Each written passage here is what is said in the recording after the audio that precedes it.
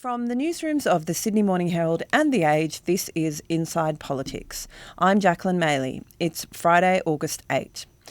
This week on the pod, we are going to delve into what we are calling Canberra's Coachella, aka the Productivity Summit, which is happening the week after next. What is the point of this summit, and what is productivity anyway? Here to discuss, we have our chief political correspondent, Paul Sakkal, as usual, and our special guest star and productivity king, Shane Wright, our senior economics correspondent. Welcome, gentlemen. Well, I'm just waiting for the Melrose Place music to play for me, but I'm well. Thank you, Jackie. See, we haven't even gotten 5 minutes into the podcast and already you're mentioning our favourite show from the 90s that Paul's never heard of. Well, it's about time, Paul. This is why Paul struggles on productivity. He doesn't have that tapped into the Melrose Place. It's on my watch list. That's right, he doesn't have the deep experience. Okay, Shane, give it to us straight. Why has the government called a productivity summit and why should we care about it? Well, we can give you the positive or the cynical answer to this. One, give me both. Positive is after the war on inflation, inflation's in a smouldering heap, the government says, right, let's get focused on productivity. Or the cynical answer is they were looking for a second-term agenda and Jim Chalmers spluttered out on the day after the election, we've got to look at productivity now. And the government has been scrambling along in that space ever since. Yep. 6 of one, half dozen of the other as to what's gone on. Okay, so there's a lot of listeners who won't necessarily be across productivity as an economic term because it does have a specific meaning. Can you just tell us quickly what it is and what the problem with it is in Australia? Because we do have a problem with it in Australia. Well, I'll pull you up on that. It's a global problem. This has been going on. We are not all alone on this one. Everyone has struggled, especially since the global financial crisis. And there's a whole set of reasons that's really contested. But let's understand what productivity is. It is not working harder, which is where most people start thinking, I use the word productivity and everyone's, you want to make me work harder? No, it is working smarter, producing more with the same inputs, the same level of inputs. It's the use of technology, it's the use of education. And productivity explains how the global economy has transformed since the Industrial Revolution. Yeah, so obviously... People often say productivity is the only way you grow living standards. If you don't become more productive over time, you don't increase real wages. Why is it such a direct link? I think you're paraphrasing Nobel laureate Paul Krugman, who says, in the long run, productivity, it may not be everything, but it's just about everything. And to quote Keynes, in the long run, we're all dead. Thank you. We'll be battling out on quotations here shortly. Because, put it this way, so pre-industrial revolution, technology didn't improve. And so the living standards of people from, the end of the Roman Empire through to the 16th century was pretty crap. It didn't improve because you didn't have the technological changes. So the estimate in this country is that since Federation, so 1901, I am old but I wasn't there, is that about 60 to 70% of the productivity growth, the improvement in living standards, has been due to technology, and about 25% has been due to the fact that we've got smarter. Yes. And I think we talked previously on this podcast even about air conditioning in humid and hot climates, how that has lifted productivity. Just tell us though, what productivity isn't going backwards in Australia, but it's slumped or it's not growing very fast. Globally, there has been this slowdown, and so one of the best examples of this is, so I am old enough to remember when everyone had a typewriter. Okay, so that is the mid-1980s. And then you had the advent of the PC, which is the advent of computing power through the entire economy actually contributed to this huge surge in productivity that we saw in the 1980s, in 1990s, and into the 2000s. There were other things going on, but the technological change was extraordinary, driven by that. But you're saying why is it slowed? There's a whole host of reasons, including the fact that the economy itself is changing, and we've got more older people who need care. We've got more people in childcare than we ever had. These things require lots of people. So the government is having a productivity summit to sort of discuss all these issues. On the agenda, we have resilience, we have productivity, budget sustainability, and also tax reform, which we'll get onto later.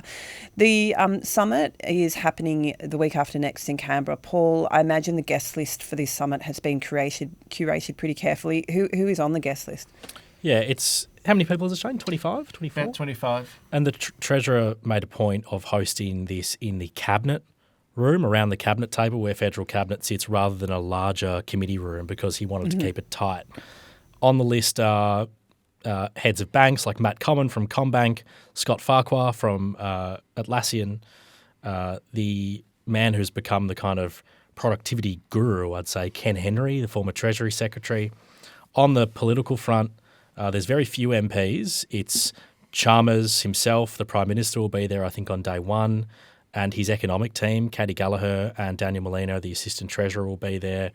From opposition parties, there's Allegra Spender, the Teal MP and frequent tax reform advocate. Aficionado, perhaps. She's in our newspaper on Thursday. Someone commented to me this morning about that story that had Kate Chaney and Allegra Spender putting forward big, bold policies. They said in a different era, they could be the Treasurer and Prime Minister of the Liberal Party. Certainly could have been.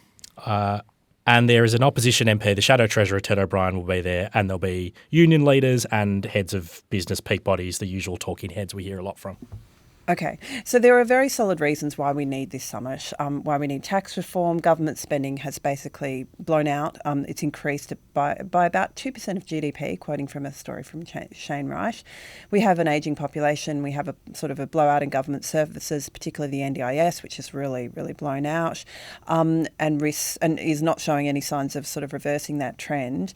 Federal spending this year will hit the highest share of the economy since 1986, according to a Treasury forecast. Outside of COVID. Outside of COVID. COVID sits there pretty large as a big whack of cash. Yes, okay.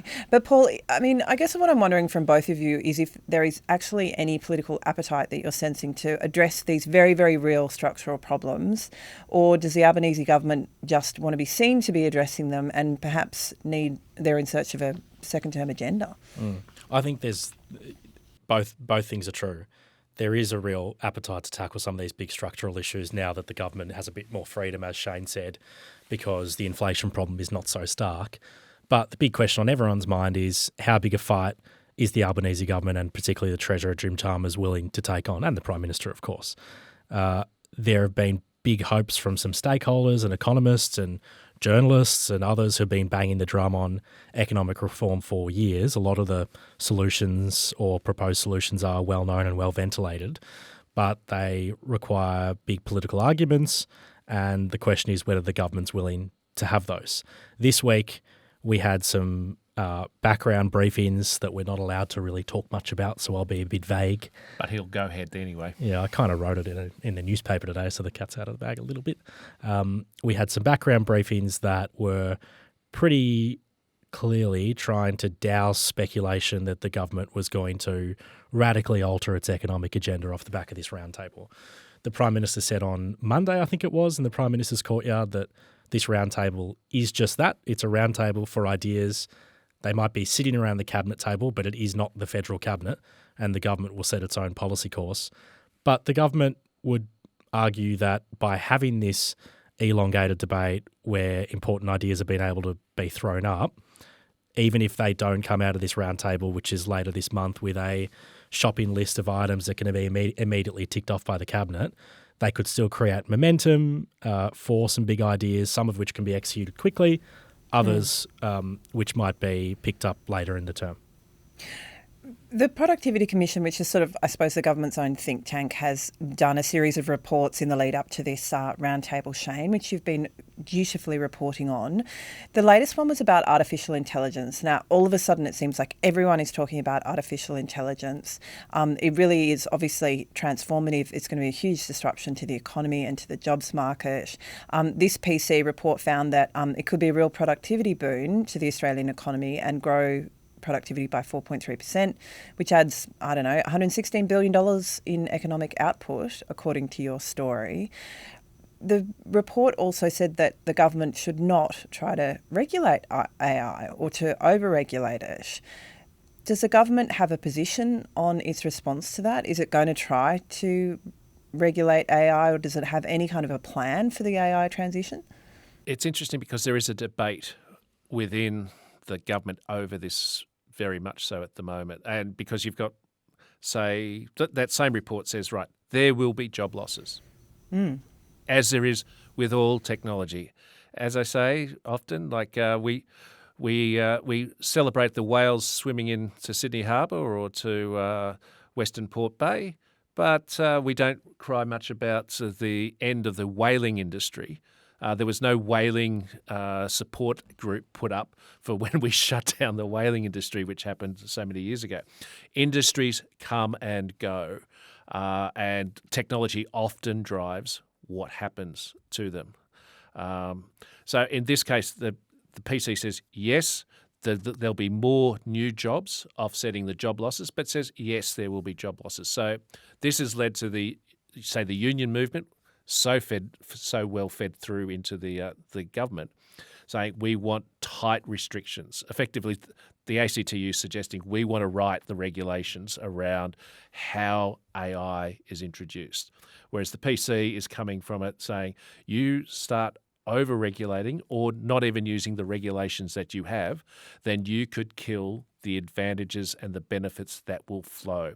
So, and this is you can see it. Jim Chalmers is more towards the PC view. Let's use the existing laws that we have, and there are others within the government saying, "Hoi, hold on, we've got to protect our workers. We have to protect our communities. We really need to get on top of this." And I think it's interesting how the rhetoric has changed over the past year or so. Ed Husic, the former Minister for Innovation, when he was still in the job about, 12, 18 months ago, at the time when we just learnt about ChatGPT, there was this global reckoning about these new models that we were seeing, and there was a lot of fear around what could be next and what effect it would have on the society. And at that point, Ed Husic started floating the idea, and it was his preference to do a new AI Act, a new piece of legislation that would put, the cliched term at the time was guardrails around AI to prevent, another cliched term, AI harms. People in the government are not really talking about an act anymore. It's shifting in the other direction. But Ed Husic, this week still, now not a minister, dumped out of the cabinet, is still arguing for an AI Act. So it's not settled. No, and there are different views here. I mean, on the one hand, you can see that that's it seems like a mad idea because the technology is moving so fast anyway. How could legislation possibly keep up with it? But on the other hand, it is a big threat to jobs. And if you don't manage that transition, then it could end up sort of being socially very inequitable. And it seems like the government's sort of standing back and allowing the debate to unfold, but it doesn't seem to have any particular ideas or solutions at this point. Let's talk about tax, because that's the other part of this. Well, just sorry to interrupt your question, but that's just in terms of what the government can do. That's one big question, if the government can do anything, particularly a government of a small nation like Australia. We are not the price makers of AI regulation. If there is to be any AI regulation that has any meaningful effect, it's probably going to come out of the EU or the US. And the US is moving in the other direction entirely. Yeah. So there's people in the cabinet who think there's absolutely no use in Australia even comprehending regulating AI, except for specific use cases like the creation of deepfakes to create explicit images of people in schools, for example, which can be dealt with by new criminal laws. I mean, that is regulation, I suppose. That's what we're sort of talking about. At what level will the government intervene and try to regulate this stuff? Let's talk about tax, because the productivity roundtable is obviously an excuse for all policy wonks and people like Shane Wright to come out of the woodwork where they've been hiding. And I didn't know I was hiding in the woodwork. No, I was going to say, I don't think you've been hiding your life under a bushel at all. But he's been giddy, Jack. The last 2 weeks of productivity commission reports excited. Every day. He just doesn't stop smiling. It's really delightful. But I guess it gives you an even bigger platform on which to talk about tax. So a lot of new ideas a lot of ideas for taxes and new taxes have been floated. broadening of the GST base, changes to capital gains tax exemptions, negative gearing, including the family home in the pension assets test, all sorts of things. Questions about generational inequity, questions about superannuation taxes. Are we going to see any new ideas for tax reform actually be adopted out of this, Shane? And which, in your view, are the sort of front runners? Look, whether they'll be adopted, I wouldn't want to put your great capital gain approved home on the line for that, Jack, because I am very circumspect whether this government will make a big change in tax when they hadn't actually given voters a head start on this before the last election. And I think that goes to where Anthony Albanese is in terms of, like, I want to bring punters with me. But I think what stands out, like, yes, what a surprise that the business community wants a cut in the company tax rate.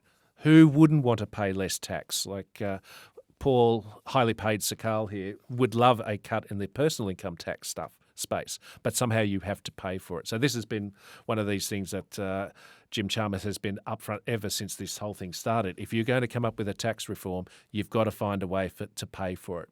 And outside a few areas, that has been missing in terms of, got an idea, I'd like to pay less tax and someone else will have to pay for it. Paul, we would all love that. That world sounds fantastic, but it's not the reality that we're going to see. Paul, what's your sense from within the government? Because Anthony Albanese's sort of official line is like, it's all good, we're talking about ideas, nothing is government policy. Government policy will be decided around the cabinet table. Are they actually serious about tax reform? I feel like this just gets raised repeatedly, and no government of either stripe actually wants to do anything real about tax reform to increase the revenue base.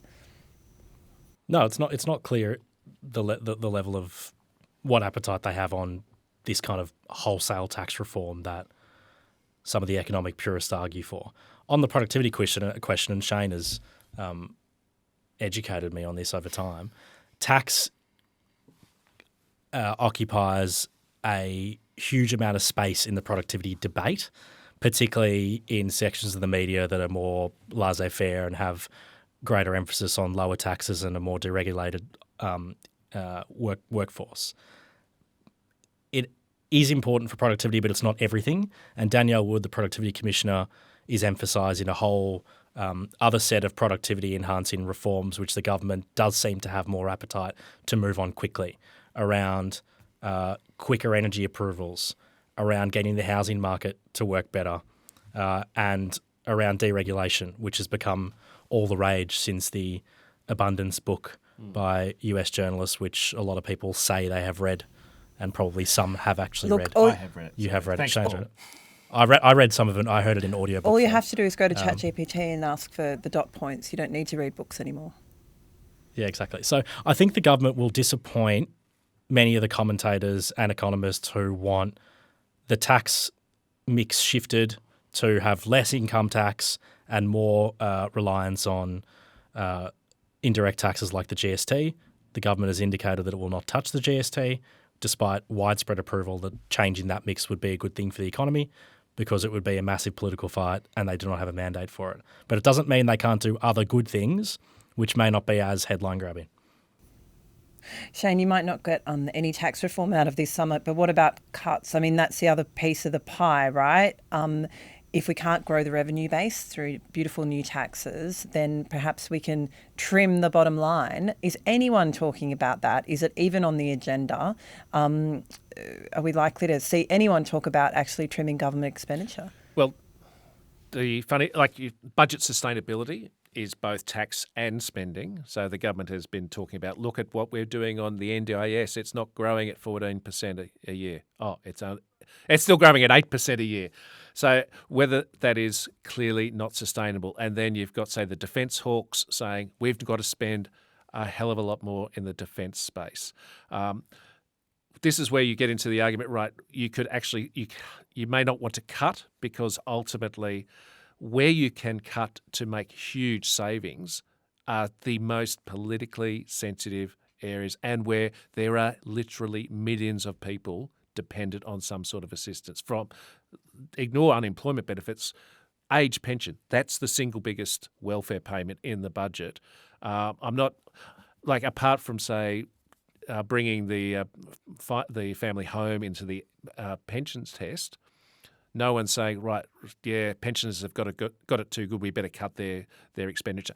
It's how you actually provide support. Can you do it in a better way so you don't have to spend as much or the growth slows?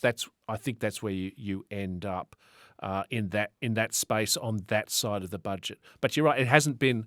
There's not a huge amount of debate in that space, but you do have people saying, oh, we just got to cut spending. Of course, this is like tax cuts. I'll cut spending for somebody else, but spending for me, oh no, that's really important to the global economy. Doing well to set the terms of the debate on spending in our newspaper on Thursday, talking about the care economy, NDIS, aged care. The government did some good work last term to reform those areas and bring spending more into check, but they're still massive.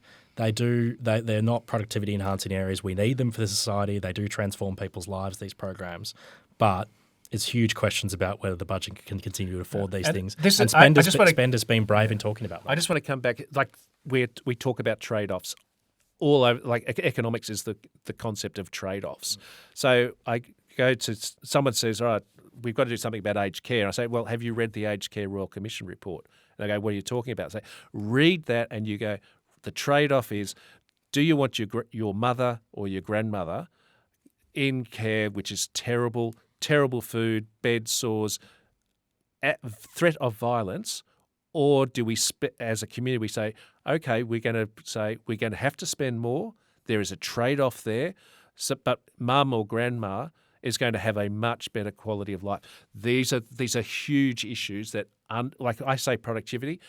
There we get into what's the trade-off you're prepared to make. And I mean, these are all trade-offs that are worked out through the through the democratic system, as they should be. Allegra Spender, as you reported, Paul, makes the point that with something like the NDIS, if it just keeps blowing out, then it does lose public support and the social licence, even though it is obviously an incredibly important reform and has transformed a lot of people's lives. Guys, that's all we have time for. I'm sure that we will come back to the Productivity Summit. And we always enjoy having Shane, and this is such a good time of year for you. This is like sort of a career highlight, surely. Well, just talking to you is a career highlight, Jack. I know. Come on. And being linked to Heather Locklear every time we appear, like that's no much better. But look, I think we could do a daily, like, live stream, the productivity roundtable for 3 days, 24 hours back to back. Like your grand final. I'm thinking TikToks. I'm thinking YouTube videos. I'm thinking maybe some performative dance. Performative dance. Like a multimedia extravaganza from the productivity roundtable. I think there's a few answers to that, but we don't have time for it, do we, Jackie? No, we certainly don't, but we will see you both again soon. Paul, I'll see you next week. Thanks very much, guys. Cheers, Jackie.